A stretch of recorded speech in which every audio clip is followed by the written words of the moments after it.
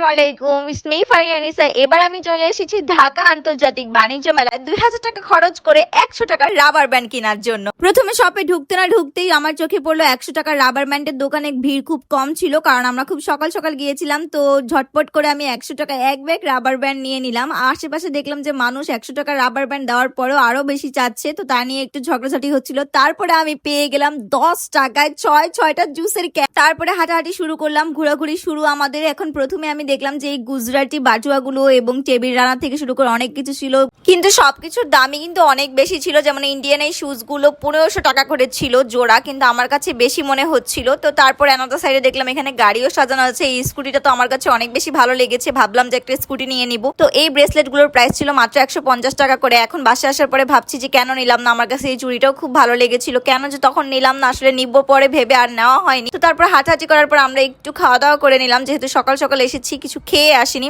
বাণিজ্য মেলায় এই পাকিস্তানি কার্পেট গুলো সবসময় দেখতে অনেক ভাল লাগে, কিন্তু এত বেশি দাম চায়, মানে 10 ডবল বেশি দাম চায়। তারপর ওই লোক আমাকে বারবার দেখাচ্ছিল যে আপা কনসা लेंगे, तो कहा कोई नहीं लूंगा कोई नहीं लूंगा, फिर भी मुझको दिखाता है और दिखाता है, मैं भी देखता हूँ और देखता हूँ, तो क्या करेंगे। वो देखने के बाद हम लोग ওইটা দেখার পরে আমরা চলে এসেছি তুর্কি শোরুমে, যেখানে না আসলেই না মানে বাণিজ্য মেলায় আসা মিস হয়ে যাবে। এখানে যদি একটা ছবি না তুলি, কিনতে পারি আর না পারি, তাই না। তো তারপর অন্য পাশে চলে গেলাম, এখানে এই ডোরবেল গুলো দেখছিলাম, এগুলো মাত্র ১৫০ টাকা করে ছিল। তো সবকিছু দেখছিলাম। এই চামচগুলো কিন্তু 2 পিস মানে 2 পিস ১৩০ টাকা করে ছিল। তো আমি বেশ কিছু চামচ নিয়ে নিয়েছিলাম, খুবই মজবুত ছিল এবং কোয়ালিটি ফুল ছিল। তারপরে চলে আসলাম একটা ব্যাগ ওয়ালেটের সেকশনে।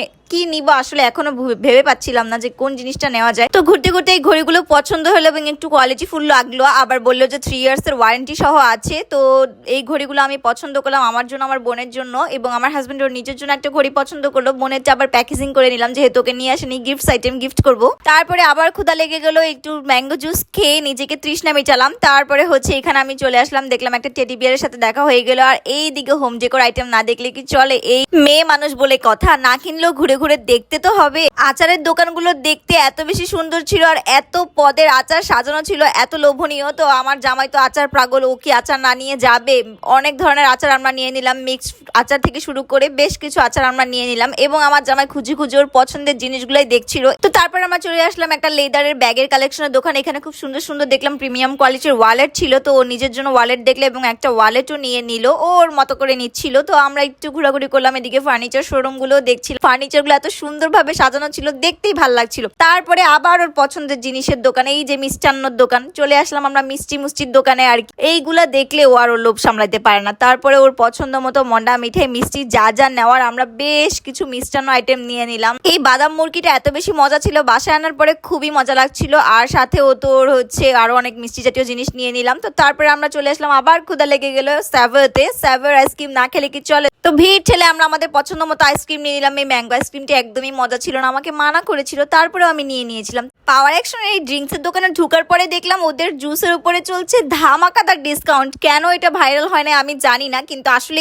এটা একদম পয়সা উসুল পণ্য, মানে 10 টাকা করে পিসে দিচ্ছে। তো আমরা তো এই অফার লুফে নিলাম, কিন্তু বাসা দূরে দেখে বেশি নিতে পারলাম না। 7 ডজন জুস নিয়েছি, মানে এই জুসগুলো আমরা সবসময় রেগুলার খাই, আমাদের খুবই মজা লাগে, খুবই পছন্দ। বাণিজ্য মেলায় এসে বালতি বক্স এগুলোর অফার না নিলে কি চলে। তারপরে আমরা চলে আসলাম বিস্কাসের শোরুমে, আর এখান থেকে এসে আমরা একটা অফার নিয়ে নিলাম। তারপরে আমরা চলে আসলাম গোল্ডেন ডিলাইটের স্যাভর আইসক্রিমের দোকানে আবার, এবং ও আমাকে একটা সুন্দর কেকস আইসক্রিম দিয়ে দিল।